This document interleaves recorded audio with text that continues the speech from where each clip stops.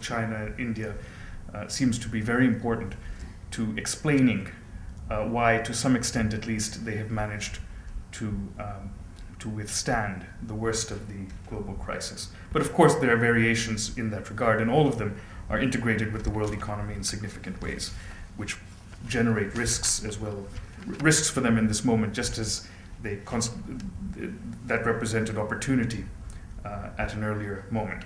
So, for example, Brazil continues to be quite heavily dependent on foreign investment, though diminishingly so, and on commodities exports increasingly.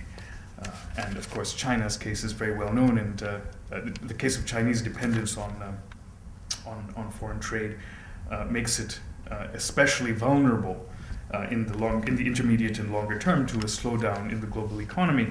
But for the time being, partly through the massive stimulus package introduced by the Chinese government, China has been surprisingly able, in some measure, to avoid the worst of the crisis. This is, to spell out what is obvious, a very important historical departure. For most of the last century, the dominant way of thinking about the relationship between North and South has been in terms of the metaphor of train engine and caboose. The North is the train engine, and it pulls the train, and the South is the caboose, receiving in a rather passive way the stimuli which are presented by the North. And this metaphor seemed to enjoy enormous empirical validity for a considerable period of time. And certainly it was one which was shared across a broad range of schools of thought, from dependency theorists through to liberal economists. And for the first time, it's that metaphor which is being questioned as a result of these empirical facts. And those of you who have read the financial press assiduously will know, in the recent period, will know that this has taken the form of of a discussion on what is called decoupling.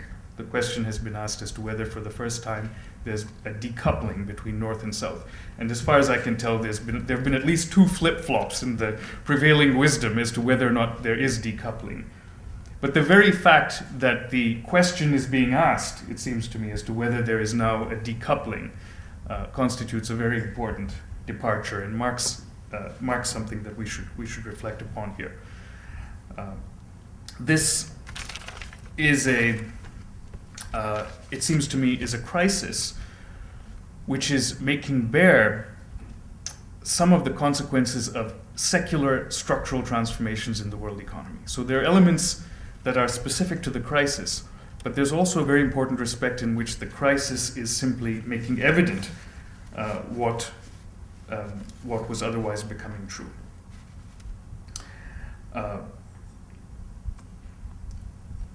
As many of you know, the contribution of the developing countries on the margin to global growth has been growing rapidly and is now greater than half. What this means is that those firms seeking business opportunities anywhere in the world have every reason to beat a path to the places where the incremental global growth is taking place, and that is exactly what we see. India and China are growing in importance in the world economy, not so much because they constitute a large share of world output, though they do, of course, increasingly have that feature, but because they are contributing a very large share of the incremental increase in global output, which means everything from the standpoint of business investment and opportunity. I think that although our discipline, certainly in its most mainstream version, gives a great deal of emphasis to the concept of the marginal, it doesn't always fully appreciate its significance in real economies. The other day I was reading Walter Bagehot's famous tome, Lombard Street, and I found that in the first 3 pages he has a wonderful discussion of why it is that London was the capital of world finance in his time, and of course remains a capital of world finance. And one of the arguments that he gives therein is that London provides a large pool of liquid capital. It's not so much that the capital stock in England is greater than it was then in Germany, or for that matter in France, against which Bagehot very explicitly compares England, but it's that the pool of capital which is present in London is available to be deployed very quickly, and that English financiers have had developed a culture of willingness to deploy that capital in business deals of various kinds. And I think this is increasingly an important factor for us to consider, that the pools of liquid capital in the world are not always where the built-up capital stock is. There's an enormous capital stock in this country, a physical fixed capital. And for a long time, it's of course been argued that it has the widest and deepest pools of financial capital as well, which was a reason that firms wanted to list on the New York Stock Exchange, for instance. But that latter advantage is rapidly, at least in relative terms, becoming less significant than it once was. To give you another pop cultural anecdote, the other day I was on an airplane and I saw a wonderful Japanese film called The Vulture. And the hero of The Vulture is a finance capitalist, a Japanese finance capitalist who represents the leading edge of Anglo-American finance in Japan. And he's the hero rather than the villain because he helps a traditional Japanese firm, rather like Toyota Motors, beat back a hostile bid from a firm which turns out to be, we discover halfway through the film, a camouflaged front for a Chinese sovereign wealth firm. So the evil Chinese intend to take over the Japanese firm and dismantle it, primarily to, it seems, in order to teach Japan a lesson. Though there may also be some profit which they generate from that by taking the plans for these advanced Japanese automobiles and implementing them in factories in China instead.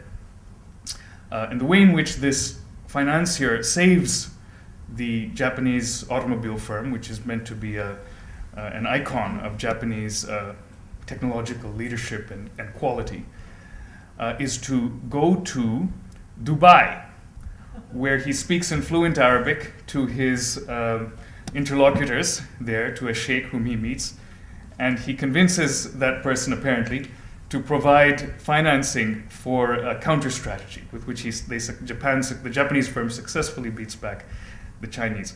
I think what's very interesting in this story, there are a number of things that are interesting, but London and New York don't figure.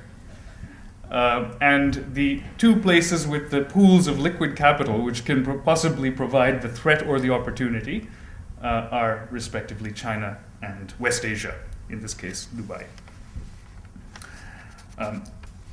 I think if we want to understand where power is shifting and how power is shifting in the world economy, we have to understand this element of the role of the marginal. The constitution of the G20 is, of course, one of the pieces of evidence that this is understood in the corridors of global power. It was necessary to transform the decision-making club precisely because without doing so, it would no longer be possible to make the important coordinating decisions which are necessary in order to manage and perhaps rescue the world economy. As you know, there's also been a reevaluation of the location of risk in the world system. There have been many amused articles in the financial press recognizing, for example, that sovereign borrowers such as Brazil are now viewed as less risky than many borrowers in the north, whether they are previously blue chip investment grade firms or indeed sovereign borrowers in the Eurozone. And this, of course, ironically, is partially the consequence of the successes of structural adjustment, which managed to push the doctrine of sound finance down the throats of countries such as Nigeria so successfully that Nigeria, with all of its problems, is now considered to be a country which is in a relatively sound fiscal position, as are many of these countries. And of course, the IMF was experiencing this before the crisis, when it was threatened with near bankruptcy and it was about to fire many of its staff. In fact, it had already begun shedding them because countries weren't borrowing enough from it. There were too many countries in a sound fiscal position, and those countries were wanting to go to the private credit markets rather than to the IMF. and perhaps now Greece will become a borrower from the IMF. But it's not going to be the traditional developing country borrowers.